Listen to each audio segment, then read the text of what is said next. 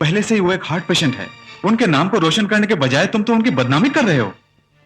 सावित्री जैसी भली लड़की को भी धोखा देना चाहा? तुम उसके बारे में जानते ही क्या हो? उसका तो बचपन में विवाह हुआ था और उसका पति बचपन में ही गुजर गया। वो अपने पति की यादों में ही अपनी जिंदगी बिताना चाहती है। उसके बारे में ऐसा सोचना ही पाप है। मेरी मति मारी गई है कि मैंने तुम पर विश्वास किया और तुमसे प्यार किया। तुमसे तो कोई प्यार नहीं करेगा।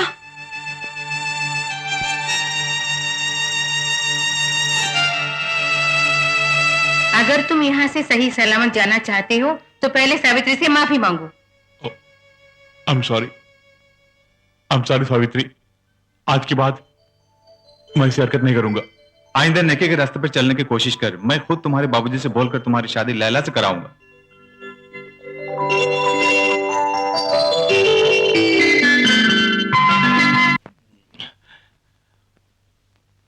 मुझे तो खुशी इस बात की है कि हमारी बेटी ने वो काम करके दिखाया कि मुझे अब कोई वर ढूंढने की जरूरत ही नहीं है। आखिर औलाद हमारी है ना। आजकल जमाना ही बदल गया है। आजकल की औलाद ही कुछ और है। पड़ोस की राधा को देखिए, वो अपने बॉयफ्रेंड के साथ मुंबई भाग गई। पड़ोस की बात को मारो गोली। उदाहरण के लिए मेरी बहन को ही ले लो। हाँ?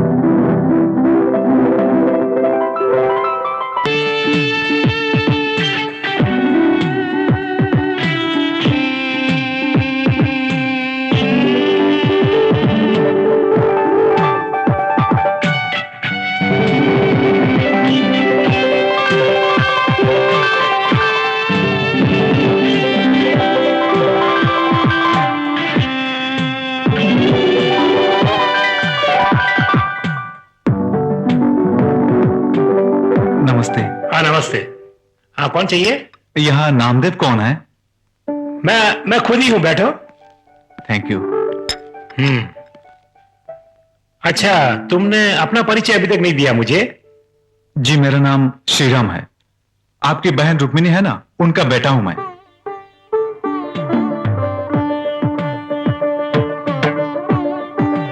मेरी बहन के बेटे हो? ये बताओ, इतने दिन तुम कहाँ थे?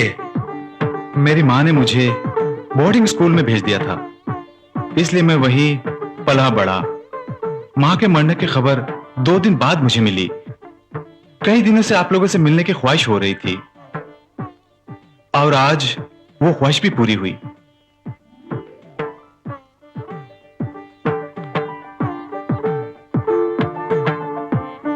क्या काम करते हो बेटे? जी, मैं फौज में हूँ। बहुत खुशी हुई बेटे। एक छोटी सी खता के लिए मैंने तुम्हारी माँ को घर से बेघर कर दिया। तुम्हारी माँ की मरने की खबर मिली, बहुत दुख हुआ मुझे। तुम सही जगह पर पहुंच गए हो बेटे। सब ऊपर वाले की मेहरबानी है। किस्मत के धनी हो तुम। बाय द वे, ये है मेरी बेटी लैला। हेलो।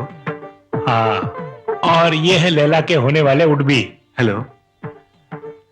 ये है मेरी पत्नी, तुम्हारी मामी। नमस्ते। नमस्ते बेटे।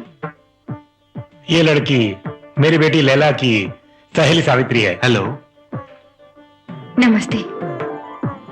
आप सबसे मिलकर मुझे कितनी खुशी हो रही है। आप जानते हैं, इतने दिन तन्हाई के आलम में रहने के बाद एक अनाथ की तरह, लेकिन आज आप लोगों को देखकर ऐसा लगता है कि आपके साथ ही बाकी की जिंदगी गुजारूं।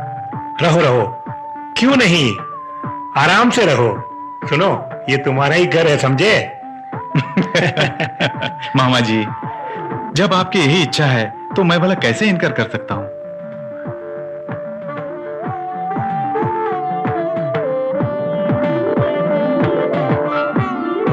सावित्री, मेरी बुआ का बेटा बहुत ही सुंदर और गबरू जवान है। अगर वो कभी वापस आ गया तो मैं उसकी शादी तुमसे करवा दूंगी। फिर वो तुम्हें बहुत प्यार करेगा तुम्हें जिंदगी के सारे सुख देगा। अरे कहीं ऐसा तो नहीं कि तुम्हें उससे प्यार हो गया है? ये तो पहली बार सुन रही हूँ कि डायरी में पढ़ा और प्यार हो गया। कोई बात नहीं, तू फिक्र मत कर। तू मेरी सहेली है और वो मेरा भाई। मैं तुम दोनों को मिलवा दूंगी।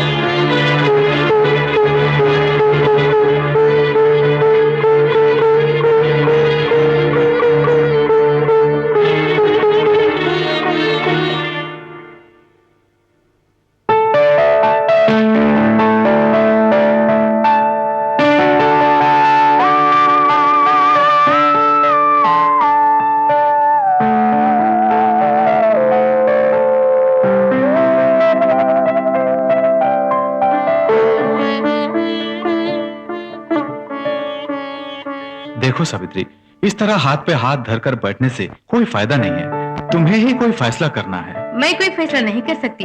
क्या मेरे घर वाले मानेंगे या फिर ये समाज मानेगा? बोलो श्री राम। सुनो सावित्री, तुम्हारी कहानी सुनने के बाद मेरे दिल में तुम्हारे लिए हमदर्दी नहीं बल्कि मोहब्बत के फूल खिल गए। किस तरह तुम्हें समझाऊं?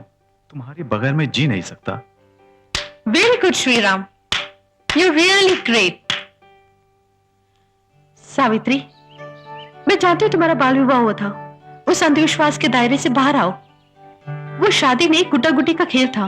मैं चाहती हूँ कि तुम श्रीराम से शादी करके अपने भविष्य के बारे में सोचो।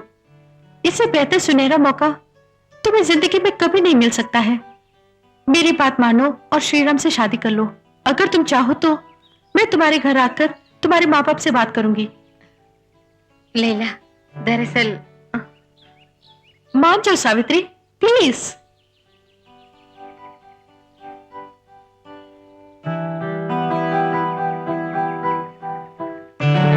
मैं जानती हूँ सावित्री कि तुम्हारा बाल विवाह हुआ था, पर तब तुम नाबालिग थे और ना समझ भी। मैं चाहती हूँ कि तुम इस अंधविश्वास से बाहर आ जाओ और अपने भविष्य के बारे में सोचो। श्री राम तुम्हें वो हर खुशी दे सकता है जो तुम चाहती हो। उससे शादी कर लो। मैं अच्छी तरह जानती हूँ कि श्रीराम भी तुम्हारा वो सपनों का राजकुमार है। आखिर तुमने कितने सपने सजाए होंगे उसके साथ। तुम मान क्यों नहीं जाते?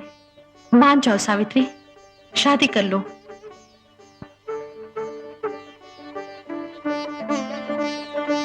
सुनो सावित्री, तुम्हारी कहानी सुनने के बाद मेरे दिल में तुम्हारे लिए हमदर्दी नहीं बल्कि मोहब्बत के फूल खिल गए। किस तरह तुम्हें समझाऊं? तुम्हारे बगैर मैं जी नहीं सकता।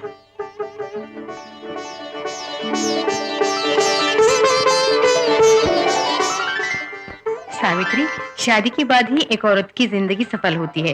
जरा ठंडे दिमाग से सोचो सावित्री। आखिर कब तक इस तरह तन्हा रहोगी तुम? बोलो। इस समाज में अगर जीना है तो एक जीवन साथी की जरूरत है सावित्री। समाज के बनाए पारंपरिक अंधविश्वास ने तुम्हारी जिंदगी को बर्बाद कर दिया। इस मौके को गंवाना मत सावित्री। किसी भी कीमत पर इस शादी से इनकार मत करना। विधवा के इस चोले को उतार कर फेंक दो सावित्री। तहे दिल से शादी के लिए राजी हो जाओ। मान जाओ सावित्री।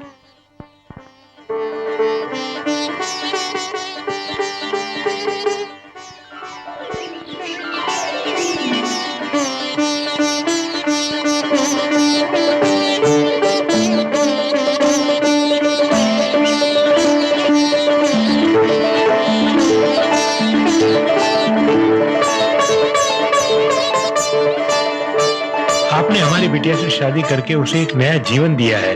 ये एहसान हम जिंदगी भर नहीं भूलेंगे, कभी नहीं भूलेंगे। इसमें मेरा भी स्वार्थ छुपा हुआ है। इतनी खूबसूरत लड़की मुझे इस जिंदगी में कभी नहीं मिलेगी। बिल्कुल ठीक कहा बेटे। हमारी सावित्री सिर्फ खूबसूरत ही नहीं है बल्कि उसका मन उससे ज्यादा खूबसूरत है। अंधविश्वास के दायरे में रहकर हमने अपनी बिटिया की जिंदगी तबाह कर दी बेटे। बेटी लैला और बेटा शेखर की वजह से मेरी बेटी की जिंदगी संवर गई है बेटे। किस मुंह से तुम लोगों का शुक्रिया अदा करूं?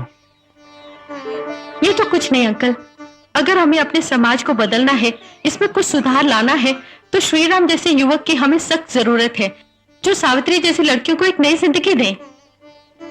सुनिए, इस खुशी के अवसर पर मैं यहाँ आए हुए सब लोगों का बहुत शुक्रगुजार हूं।